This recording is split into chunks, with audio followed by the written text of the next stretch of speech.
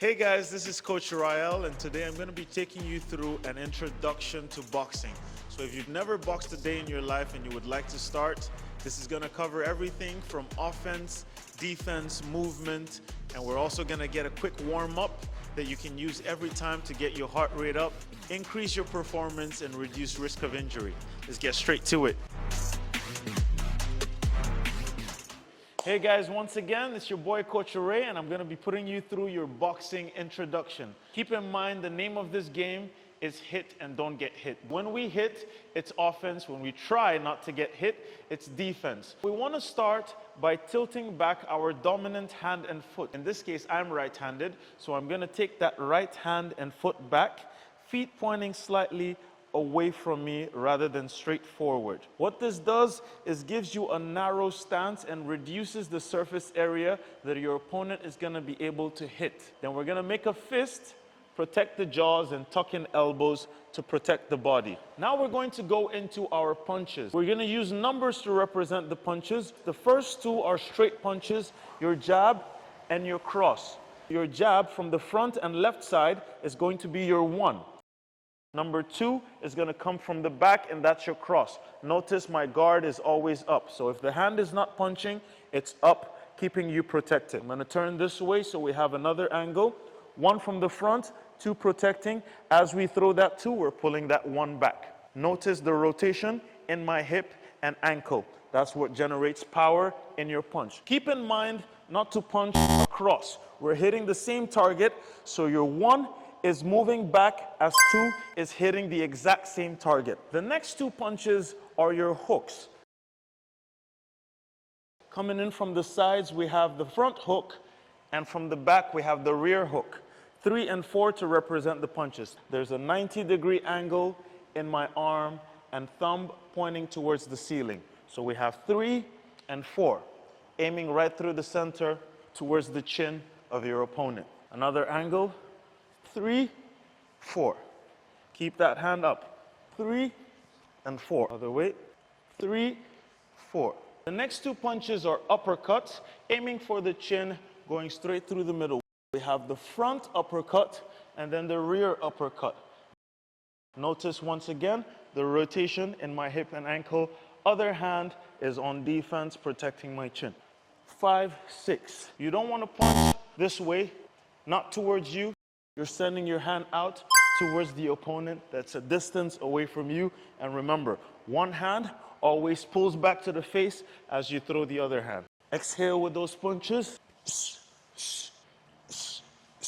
Before we go into movement, foot placement and balance is very important. Imagine there's a line dividing your feet while they're pointing slightly away from you. Common mistakes are pointing your feet straight forward, standing in a straight line, or bringing your back foot behind the front leg.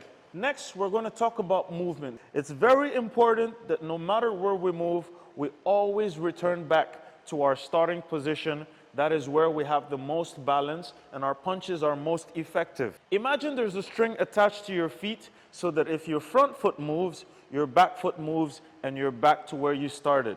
Back foot moves, front foot moves, and we're back to our starting position. Up, pushing off of that back foot. To move back, we push off the front foot, step with the back foot. To move to the right, push off the front foot, step with the back foot. To move to the left, we push off that back foot and step with the front foot and right back to our starting position. Up, down, right, left. Now we are familiar with all of our punches. Hitting is the easy part. Anybody can throw a punch. Babies come out kicking and crying. We're going to move into defense now, which is the harder part, not getting hit, or at least trying not to. Your first form of defense are your hands. You want to make sure your hands are always protecting your jaws and your elbows protecting your body. Whenever you drop your hands, you become a vulnerable target to your opponent's punches. The next form of defense is movement. If you can step out of range quick enough, I think it's your best form of defense. Your next form of defense are going to be slips. Now, this is a little more technical. All you're doing is shifting your weight onto your forward leg to slip forward. This is to defend against incoming straight punches. The aim is to get your head out of the line of fire. Punches only travel in one direction, hence it's called the line of fire. If your head can gently move out of the way of the punch, your opponent is going to miss. We don't want to come all the way here because it takes a lot of time to get back for that counter punch. Make sure this move is quick because punches happen in 0.5 seconds or less. Slip forward, head out of that center line of fire, and we're back to our starting position. In the same way, we want to slip back, loading up our backhand for a counter punch. Slip back, very subtle, moving that head out of the line of fire. So up and down, up, down, up, down. My hands are up as I slip. A common mistake is to drop your hand, keeping that jaw open, ready for your opponent's punch. So you want to keep your hands up and form tight even as you slip. You don't want to slip looking down to the ground because you have no awareness of your surrounding. Our next form of defense is going to be rolls. Rolls are meant to help you defend against incoming hooks. It goes down and twist as you come up to load the other punch. Imagine there's a line across the room and you are ducking under that line, twisting as you come up to load one side of the body to potentially throw a counter. Roll up, again shifting our weight to the front foot, loading up the front side, or shifting our weight to the back side, loading up that backhand. So roll up, roll down. We want to keep our hands up as we roll, and we want to do it quick. Start slow, and with repetition, once you get the movement right, you can start to speed it up. It's very important to make sure that we are properly warmed up at the start of every session. This not only maximizes our performance through the session, but also reduces risk of injury. Spread your arms out and perform small circles forward for about 10 repetitions, and then the other way around, followed by big swings, really warming up those shoulder joints, palms facing behind, and the other way with your palms facing forward. Next up, we want to go over and under, swinging across the body, creating mobility in those shoulder joints. Thoracic rotations from your upper body, your hips, all the way down to the ankles. Make sure you're getting big rotations and keeping your spine nice and flexible. Leg swings, few steps back, swinging that leg forward and getting a good rotation through your spine and lower body.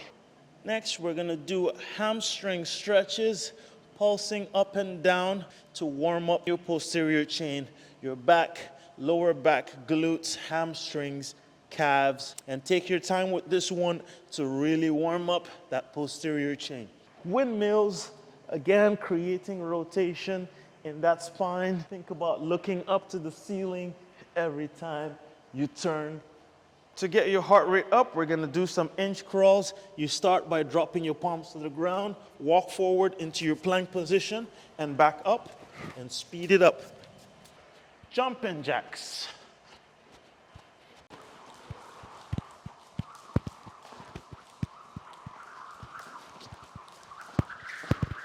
All right, guys, that's a wrap.